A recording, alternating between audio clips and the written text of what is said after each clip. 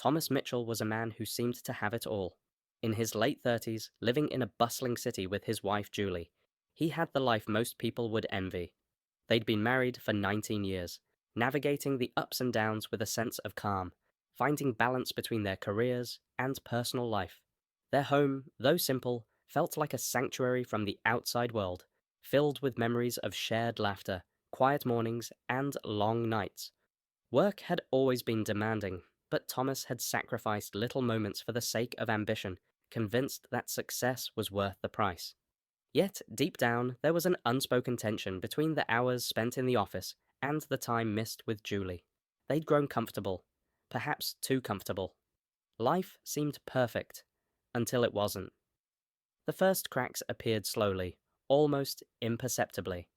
Julie, once so present and engaged, began coming home late from work. At first, Thomas thought nothing of it. Long days, the pressures of her job, the usual reasons. But it happened more frequently. Her tired eyes and distracted smile were unlike the warmth she once carried into their home. The small changes weren't enough to make Thomas suspicious at first.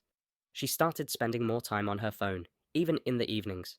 He told himself she just needed space, perhaps too much pressure at work.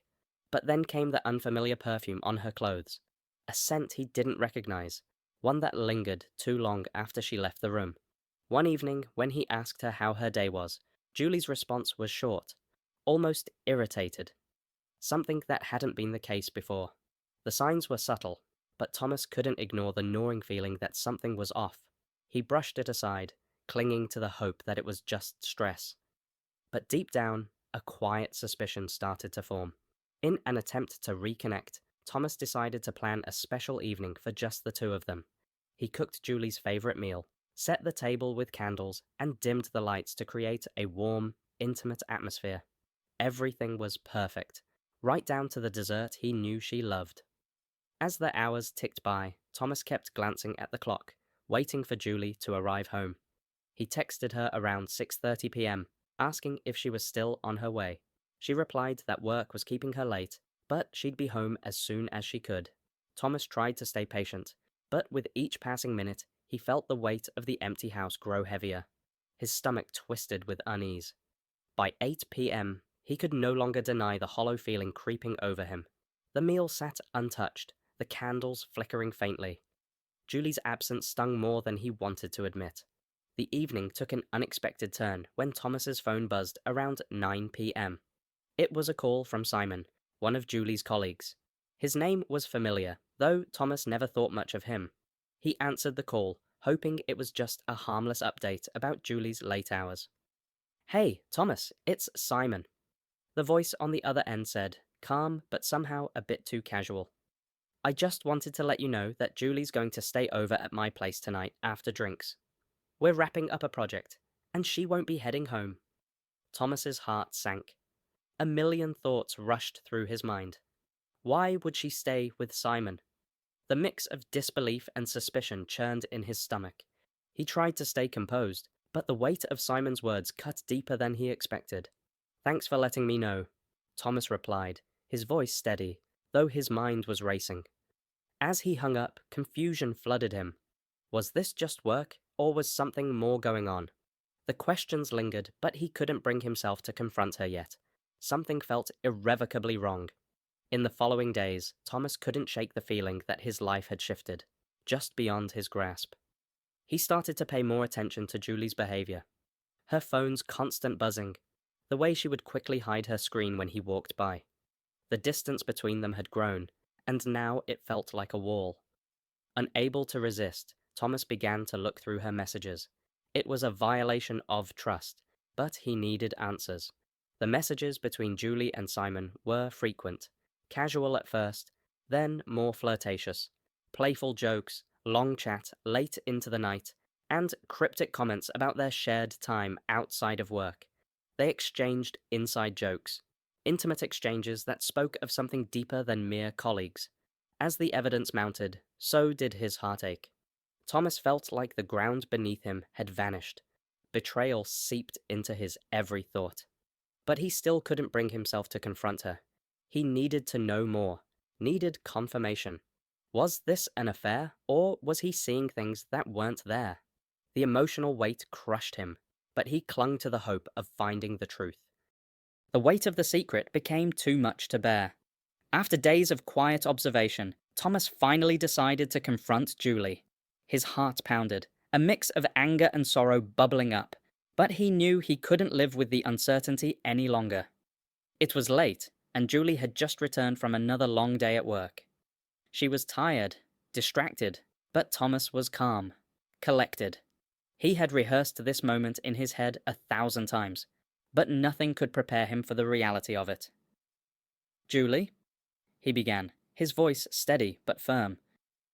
"I need you to tell me the truth. Is there something going on between you and Simon?" Julie froze, her eyes wide with surprise. For a moment, she didn't say anything. Then, almost reluctantly, she spoke. "Yes," she admitted. "It's been happening for a while now. I'm in love with him, Thomas. I'm sorry." Her words cut through him like a knife. His world seemed to tilt as the betrayal sank in. He expected anger, but all he felt was an overwhelming sadness. He stared at her, not letting her see how deeply it affected him. "I've been a fool, haven't I?" he said, his voice barely above a whisper. "But you don't need to apologize. I know now." Her face softened, as if she expected him to fall apart. But Thomas stayed calm. Too calm. Deep inside, he already knew their marriage was over. The damage was done.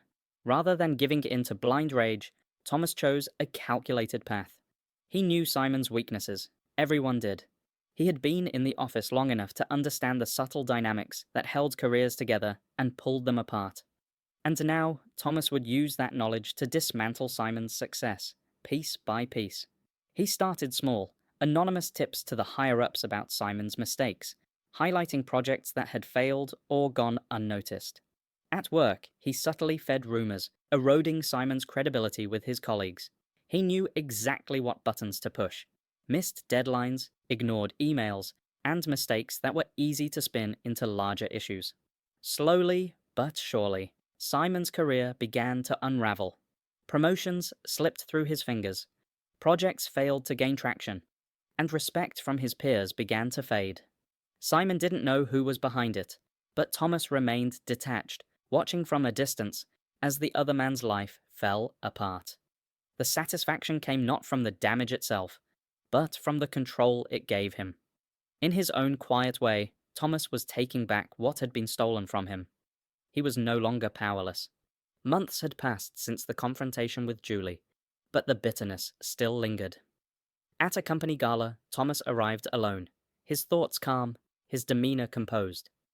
As he moved through the crowd, his eyes fell on Julie, standing with Simon. The sight of them together, smiling, oblivious to the storm Thomas had set in motion, was all he needed. He walked toward them, his footsteps deliberate, his posture confident. Julie caught sight of him first, her face shifting from surprise to an awkward smile, but Thomas didn't let the moment drag out. He stood before them, meeting Julie's eyes with a coldness that sent a chill down her spine. "You've lost him, Julie," he said, his voice low but clear. "He's ruined." Simon's face faltered, but Julie's expression twisted into disbelief, confusion. "What are you talking about?" she asked, her voice faltering. Thomas didn't flinch. "I've taken everything from him, just like he took everything from me. You wanted him, now you have him." Julie opened her mouth, but no words came out. She tried to speak, to plead, but Thomas wasn't interested in her excuses. With a final glance, he turned and walked away, leaving her to face the consequences of her choices. Julie tried to reconcile, calling, texting, showing up at his door with apologies, but Thomas had already made up his mind. He no longer trusted her, and their marriage, once full of quiet moments and shared dreams, was irreparably broken. He could see the desperation in her eyes, but it didn't matter. She had chosen another man, and that was a choice he couldn't undo. Her apologies felt hollow, as though they were only an attempt to regain control over a situation that had slipped from her grasp. For the first time in years, Thomas felt relief, but it was mixed with an overwhelming sadness.